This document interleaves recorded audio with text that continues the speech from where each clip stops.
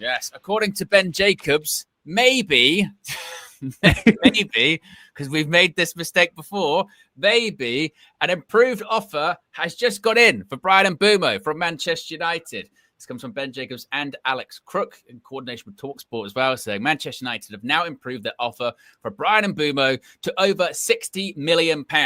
Talks have accelerated in the past few days and will continue this week. Of course, if we hear anything else, we shall let you know whilst we're live, but this is the beauty of being live. Marcel, I'll start with you, and big up to the panel, big up to James, big up to Deb, big up to Marcel. KG somewhere. You never know. You could show up. We'll see. Marcel, I'll start with you. Last week, you said you wanted to hear from Omar Barada. We heard from him. You also, spoke about Bryan Mbeumo next. Looks like that could be happening. How are you feeling? Good. Finally, there's some movement happening. Big up everyone. Big up the chat. I hope everyone in the Man United universe is doing well. Obviously, we're kind of at a snail pace with all the business in terms of outgoings, but two kind of really good Premier League quality players that are like finally confirmed, or we're getting closer to that kind of stage.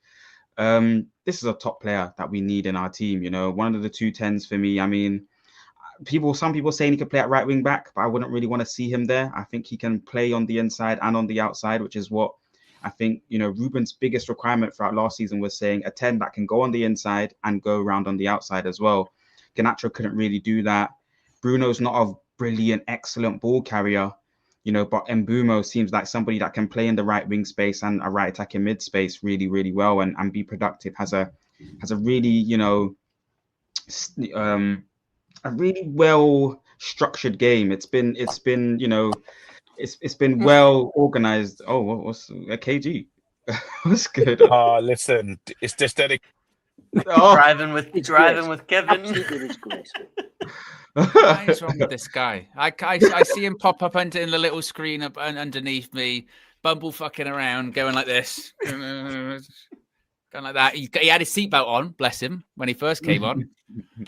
And now he's disappeared. I mean, it's only. But sorry, Marcel, continue. No, it's fine. But so yeah, I'm really happy for this. But this is just one of many. I'm expecting 5 or 6 players to walk in the door, and for us to get the signed T-shirt minimum this season. And then more importantly for me, we have to get rid of players. So, but happy that it's finally coming over the line. KG, why are you in your car? The person that owns the studio isn't here yet. He left the hard drive for the other pod at home, so he had to go back home. This is just me trying to be dedicated, to be honest. Fair play.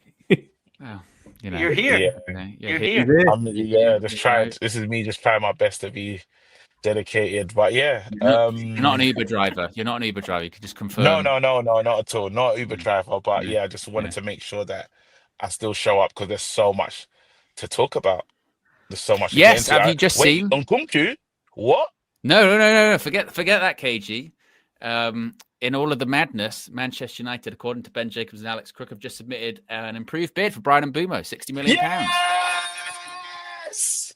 It's not been accepted yet, bro. We don't know. Doesn't matter. Yeah, and we've done a show in the past. Where we did a whole thing about a second bid. Okay. Look, do you know why I'm gonna say I'm excited? Because they've been talking about this bid for a long time, right? This has been a bid that they're not gonna put something in unless they're kind of sure it'll be accepted. So they must be aware. They must understand what they want. For them to finally, it's taken weeks. I pray that they do accept and we can deal with this part.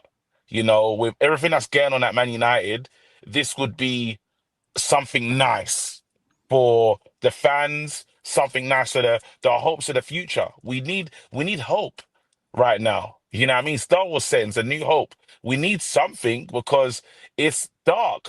You got players that don't want to leave. You got players that are still doing up the telenovela settings, still just more disrespect. The typical United things are happening.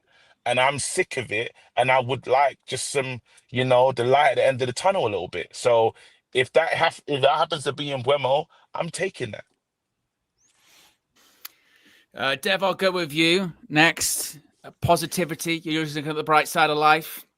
Is this a positive step, compared to basically what's happened over the last 24 hours with, I guess, the old United versus what could be the new United? Yeah, I'm sure we'll get onto a certain Instagram post soon. Yes. I've got something to say about that. But I think, with Mbeumo, I said this before. I think, the whole team can benefit from what these two will bring. It's not just Prem-proven talent and Prem-proven pedigree, but it's also willing runners, on and off the ball, both in the press and, in manufacturing and fashioning out chances for their team.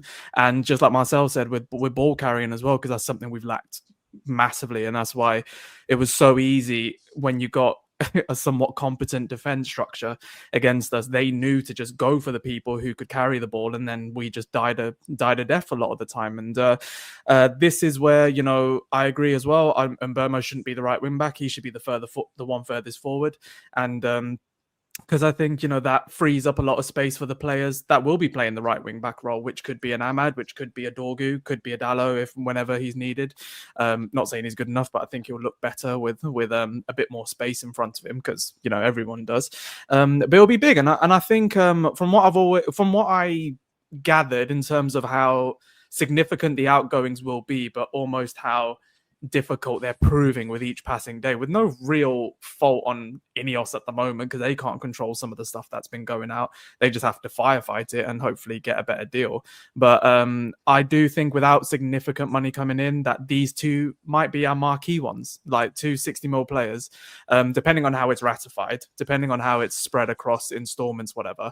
That's how it's going to look. And I think, now is an opportunity to really get some proper depth in the squad, because what we'll have and what we've had for so long is like a decent academy for so long, and then like a first team. But then that middle ground we've always missed for the past 10 to 15 years. We've always missed.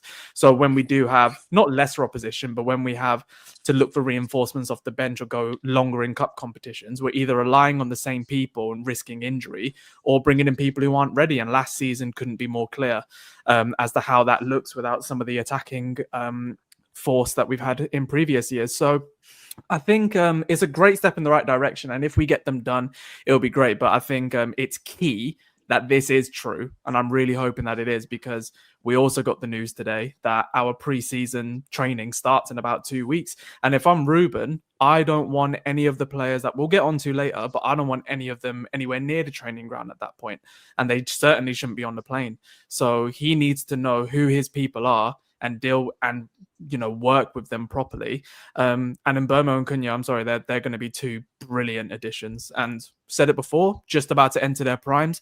They got a good number of years behind them, and they also come from situations where they've still got something to prove. They want to go to Man United and say, I'm the man to do this. I love the story of Mbeumo, where he's come from. Like, the fact we're talking about him coming to United from where he's been, and he was a punt for Brentford, and he's like a sort of a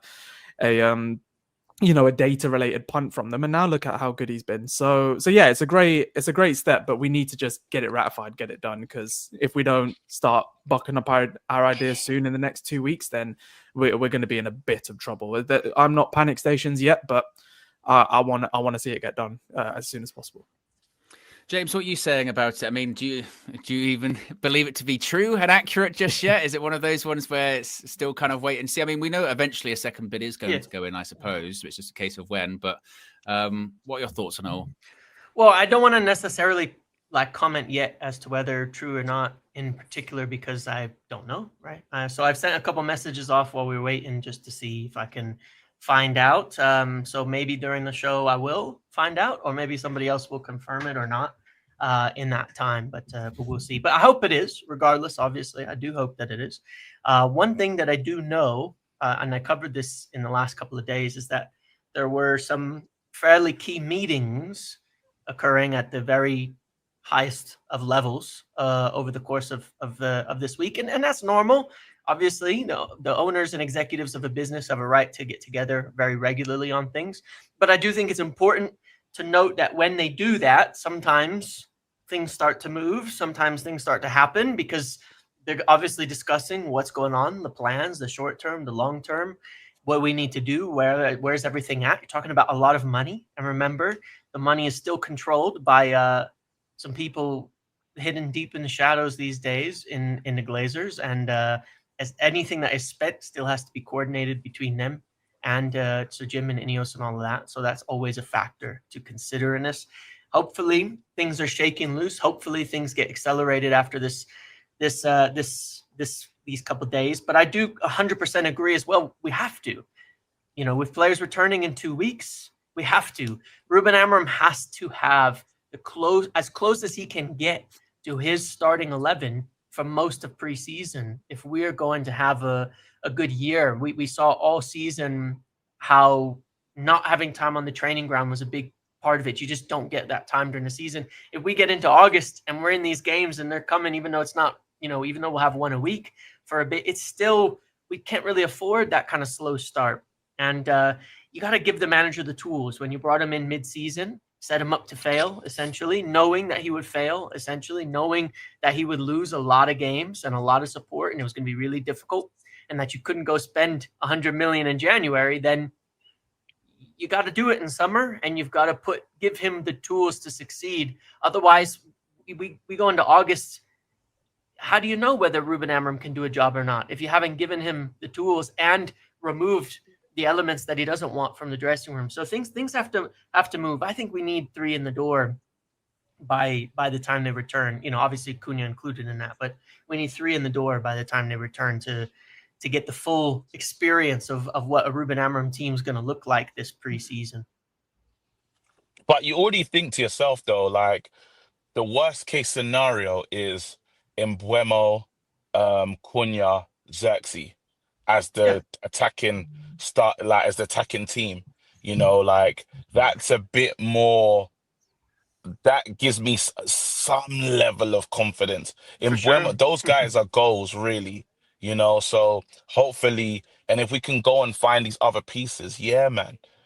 But I think that's a great space to build from. You've really you've properly pushed the attacking force with those type of players, and you still think that there's still going to be some level of movement, right? You still feel that there is going to be the other attacker that we go in for, because it's not going to stay like this. When the other domino pieces start to fall, you can imagine that there's going to be someone. You hope now the Jaden thing looks like something could be happening, and then we obviously have to wait for Rashford to find out that Barcelona really don't want him. But yeah, once he understands that message, that could be something as well. Yeah, no, I agree. I think again, I'm not going to get too carried away with it and too excited with the Mbeumo, even the bid, because again, I remember I think it was KG, Flex, and myself did a stream for an hour talking about the second bid cup went in, and then to find out right at the end that it hadn't. So we'll see. We'll see whether or not it's got in. But that's positive. I mean, look, as we get closer to the end of the month as well, heading into July, things are going to start to happen because obviously the financial year stuff. And as we get closer to getting back to preseason, players get off their holidays as well. Sometimes some players are like, well, I'll sort my future out after I get back, from my holiday. I don't even want to focus. I don't even talk about football at the moment. That happens. So naturally, naturally, things will start to happen with that. But I think that's positive, and it's positive news after 12, 18 hours of some not so positive news, which of course was the whole Alejandro Garnacho with the post and Rashford with the comment, and then Samuel Luckhurst saying they don't even like each other. He has to do the whole thing.